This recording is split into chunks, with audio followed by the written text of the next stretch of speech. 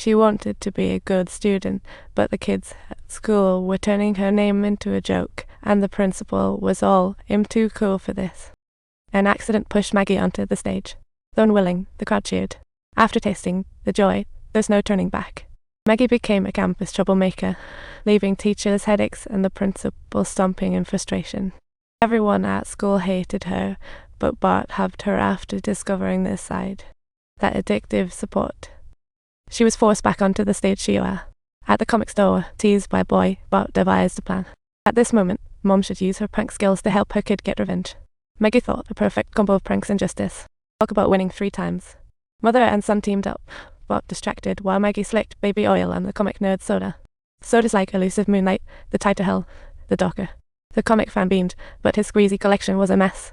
Luckily, it was just a case of one runaway. Bart and Maggie were officially partners in crime. This left Homer in a total panic. Shouldn't kids look just like their parents? If Bart doesn't, and Lisa doesn't either, am I seriously relying on Maggie for my genetic legacy? So naturally, he hit the Bart event. He lamented that his kids clearly didn't inherit his traits, and his buddies were just like, "Dude, consider yourself lucky." This left Homer feeling utterly devastated and baffled. No way. I've got to dig up some traits from my kids. Let's start with Lisa. She's brilliant. There must be something in her that I can be proud of. Homer put down his drink and went home. He found Lisa making a vegan burger. After tasting it, he forced a smile. Maybe our common bond is our individual food choices. I'll take you to a great place. So Homer followed Lisa to some organic restaurant, munching on greens, while secretly fearing he'd turned into a rabbit. He felt satisfied but complained about the meal once home, glad his emergency sausages were there to save him. As he was devouring the snack with great relish, he suddenly became aware that Maggie had switched his sausage with a fake one, and it wasn't real meat at all. Now he was fully addicted to pranks, not even sparing his spouse's food. Maggie laughed while reflecting on her wild antics. Honestly, I don't love pranks.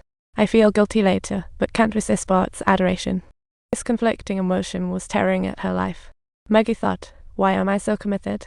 These pranks aren't necessary. The next day, she took Bart shopping, but Mr. Smith blocked the way, saying the rich boy was in. He insisted he couldn't stand the poor people's smell and demanded they leave. So Maggie thought about video calling him. My son has a skin condition. Can we get some cream? The rich boy was like, not my problem. At that point, Maggie was plotting her revenge. I'm not about pranks, just reaping what you sow. When the rich kid finally exited the store, Maggie seized her chance, yanking her necklace and tossing it at his feet. Who knew it would all escalate so quickly? Bart immediately hit the ground running. He was so light-footed, he barely got hurt, just a wee scrape. Luckily, Maggie dodged a bullet this time, yet Bart pondered how unpredictable life could be. Man, if you want to do bad things, do them young, he sighed. I just wiped a bird's egg. If destiny has its twists, you better change your strategy before it goes wrong. Maggie was sent for psychological evaluation, and after the doctor's pep talk, she was near tears. Maybe it's time for a change, she thought, tossing out all her prank gear when she got home. But Bart was not about to let his partner in crime walk away that easily. He cried out loudly, "Mom, please don't abandon our prank team." The profound bond of pranks that connects mother and son caused Maggie to rethink her decision once again. Okay, just one more exception. This prank will be my good deed. She strolled over to her old principal with a bouquet, ready to sweet-talk her way out of an old prank. The principal calmly said there must be a trick. Maggie sincerely declared, no tricks. When Bart came in with a remote control and stirred the pot, his mom clutched her heart and fainted. The ambulance arrived, declared no revival possible, and cops were on hand to arrest both mother and son. Bart freaked out, yelling, "I'll never pull a prank again, just please get better." Aha!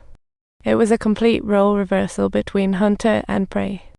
Turns out this was all a prank for Bart called a return to innocence. Meanwhile, Homer had his own. That day, He pretended to enjoy plant-based meals with a painstaking expression on his face, but Lisa delightfully surprised him by specially crafting veggie candy. He ended up finding out he was allergic to some of those veggie ingredients. How ironic.